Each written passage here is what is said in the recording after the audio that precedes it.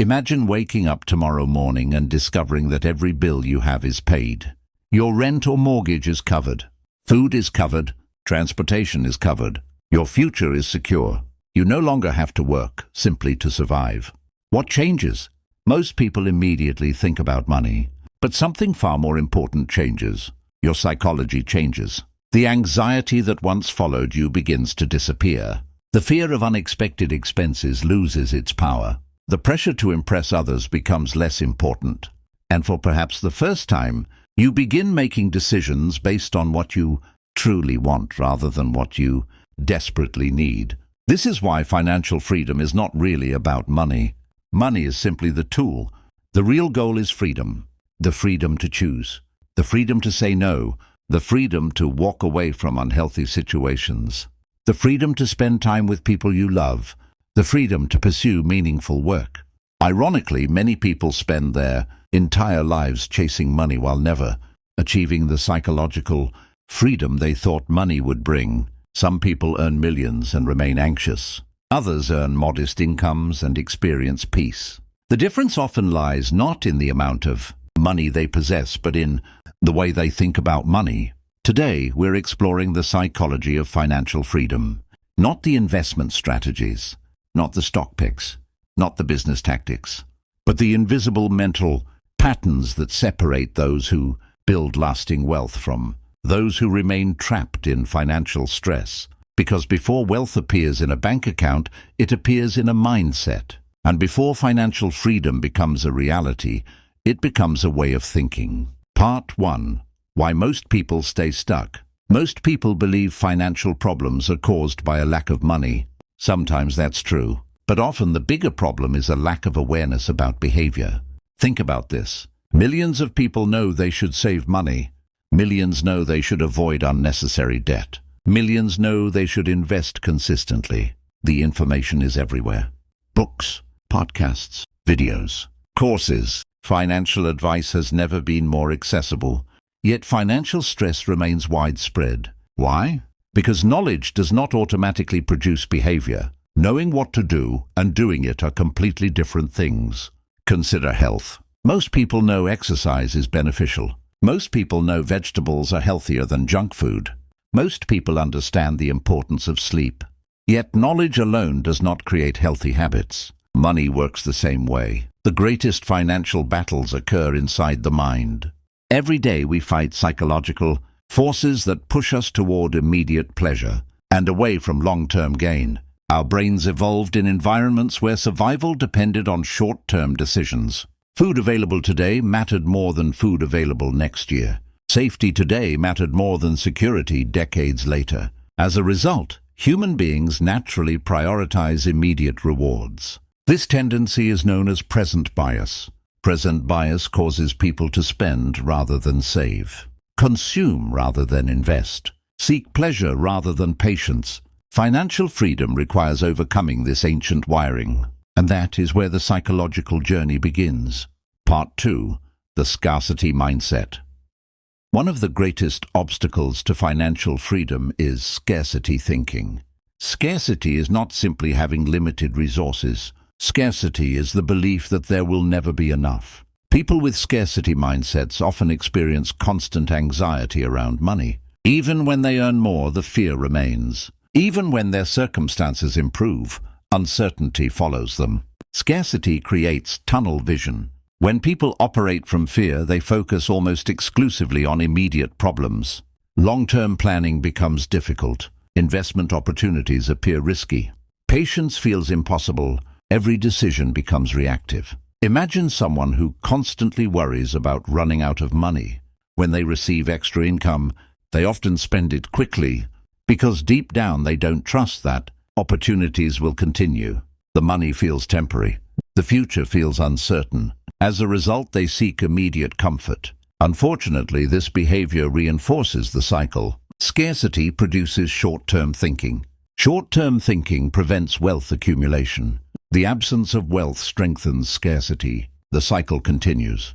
Breaking free requires recognizing that scarcity is often psychological before it is financial. The first step toward financial freedom is learning to think beyond today's problems and into tomorrow's possibilities. Part 3. The abundance shift.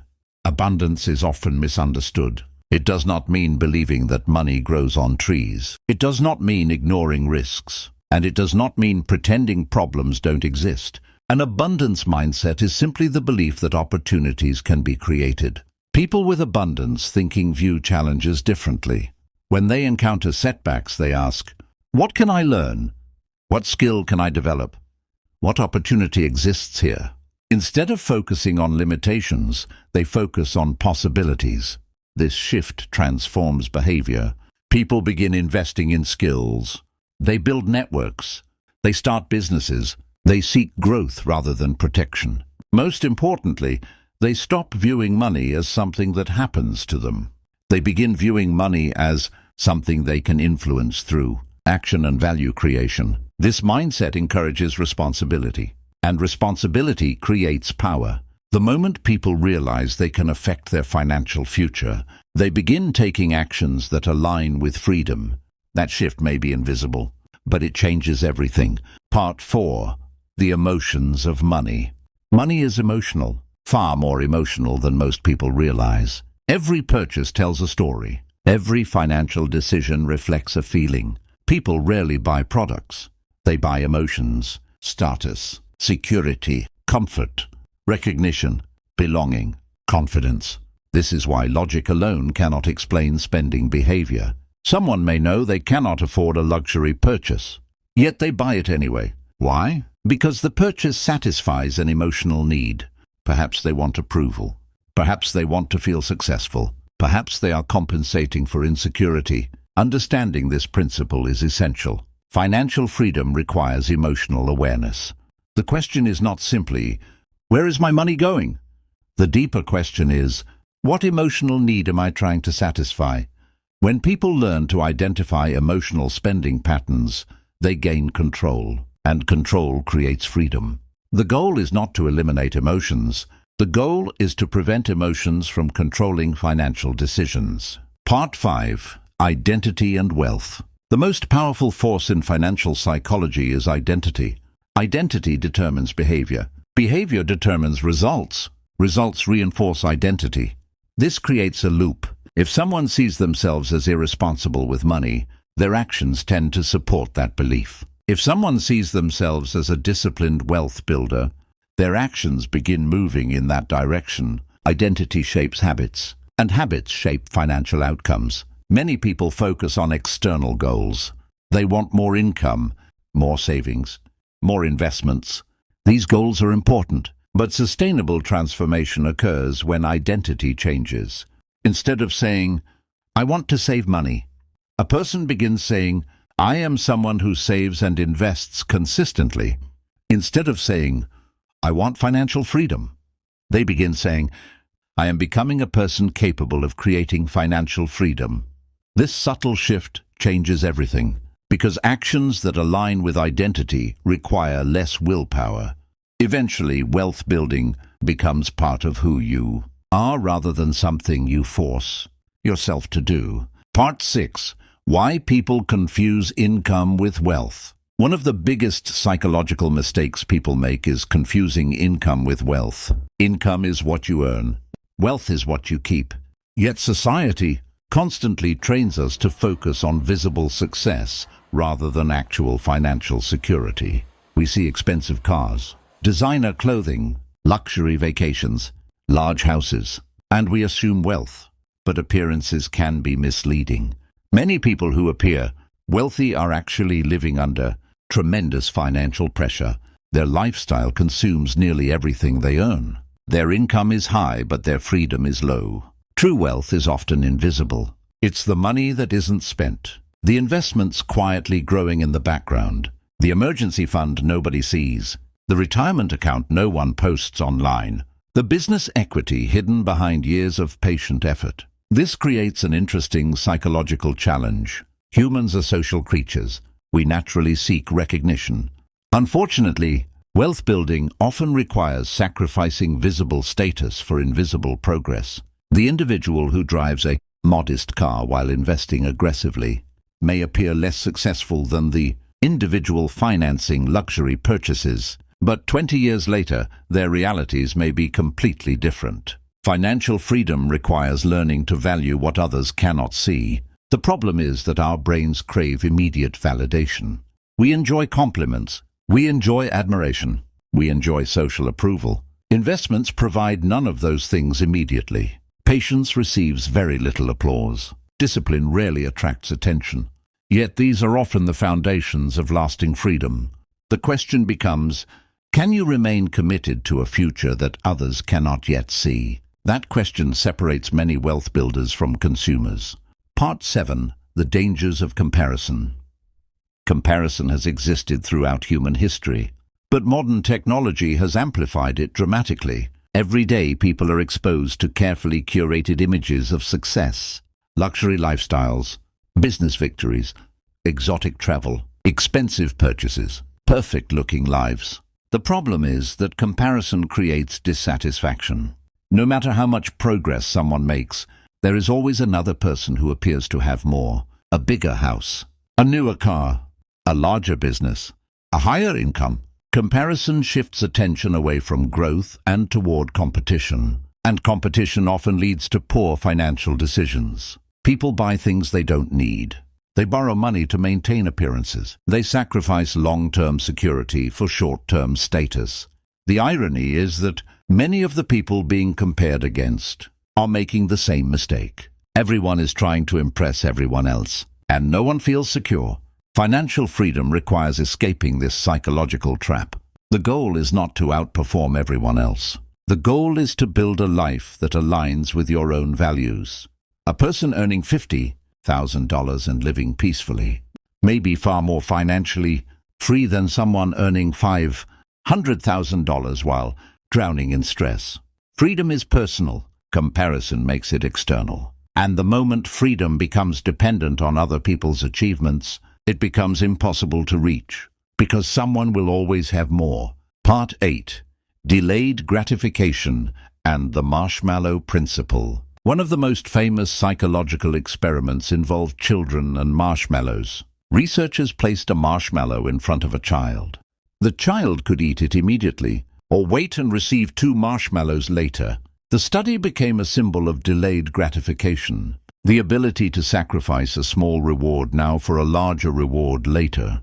Financial freedom operates on the same principle. Every investment is an act of delayed gratification. Every savings contribution is an act of delayed gratification. Every wise financial decision involves choosing future benefits over present pleasure. This sounds simple, but psychologically it is incredibly difficult. Humans are wired to value immediate rewards more heavily than future rewards. $10 today feels more valuable than $10 next month. A vacation today feels more exciting than retirement decades from now. The challenge is learning to emotionally connect with your future self. Many people unconsciously treat their future selves like strangers. They prioritize present comfort while neglecting future needs. Financially successful individuals often do the opposite. They make decisions today that benefit the person they will become years later. They understand that future freedom is created through present sacrifice. And over time, these small sacrifices compound into extraordinary results. Part 9. The Power of Financial Self-Control. Self-control is often misunderstood. People think self-control means constantly resisting temptation, but truly successful individuals design environments that reduce temptation. Consider someone trying to improve their health. If unhealthy food fills the kitchen, self-control becomes difficult. But if healthy options are easily available, good choices become easier. Money works the same way. Financial freedom is not built through endless battles against temptation. It is built through systems: automatic savings, automatic investing, clear budgets, thoughtful spending rules, strong financial boundaries. The more decisions that become automatic, the less energy is required. This is important because willpower is limited. People become tired, stressed, distracted, emotional. Under these conditions, poor decisions become more likely. Systems protect us from ourselves, and financial freedom often depends less on motivation and more on structure. The goal is to make good decisions easier than bad decisions. When that happens, progress becomes sustainable. Part 10. The fear of success. Most discussions focus on fear of failure, but fear of success can be equally powerful. Some people unconsciously sabotage their financial progress, not because they dislike money, but because success creates new responsibilities, new expectations, new challenges, new visibility. Some people worry that wealth will change relationships. Others fear criticism. Others fear making mistakes at a larger scale. As a result, they remain in familiar situations even when opportunities for growth exist. The human brain often prefers familiar discomfort over unfamiliar opportunity. This is why some people repeatedly return to the same financial problems. The problems are painful, but they are predictable. Growth requires uncertainty, and uncertainty can feel threatening. Financial freedom requires expanding your comfort zone, not recklessly, not blindly, but deliberately. Every new level of success demands a new version of yourself. New skills, new habits, new beliefs. The challenge is not merely earning more. The challenge is becoming comfortable with greater responsibility. Part 11. The ultimate psychology of financial freedom. At its deepest level, financial freedom is about time. People often say they want money, but what they truly want is what money represents: choice, autonomy, security, possibility, control over their schedule, control over their future. Money is valuable because it expands options, and options create freedom. Yet many people spend their lives sacrificing freedom in pursuit of symbols of success. They chase appearances, titles, status, approval, only to discover that these things do not create lasting fulfillment. The psychology of financial freedom teaches a different lesson. It teaches that enough is powerful, that patience is powerful, that discipline is powerful, that intentional living is powerful. Freedom is not achieved when you have everything. Freedom is achieved when you no longer need everything, when your happiness is no longer dependent on endless consumption, when your self-worth is no longer dependent on comparison, when your choices are guided by purpose rather than pressure. That is the deepest form of financial freedom. Not merely freedom from work, but freedom from fear, freedom from insecurity, freedom from the constant need to prove something to the world. Because the wealthiest person is not necessarily the one who possesses the most. The wealthiest person is often the one who has mastered themselves. Conclusion. The true meaning of freedom. As we reach the end of this journey, it's worth remembering that financial freedom is not a number. It is not a luxury car. It is not a mansion. It is not a social media image. Financial freedom is the ability to live according to your values rather than your fears. It is the ability to make decisions without constant financial pressure. It is the confidence that comes from knowing you can handle uncertainty. It is the peace that comes from preparation. The psychology of financial freedom teaches us that wealth begins long before money arrives. It begins with awareness, with discipline, with patience, with responsibility, with a willingness to think differently from the crowd. The people who achieve financial freedom are not necessarily the smartest. They are often the most consistent, the most patient, the most self-aware, and perhaps most importantly, they understand that freedom is built one decision at a time, one habit at a time, one day at a time. Because in the end, financial freedom is not merely about having enough money. It is about becoming the kind of person who can create a life of choice, purpose, and peace. And that journey begins in the mind.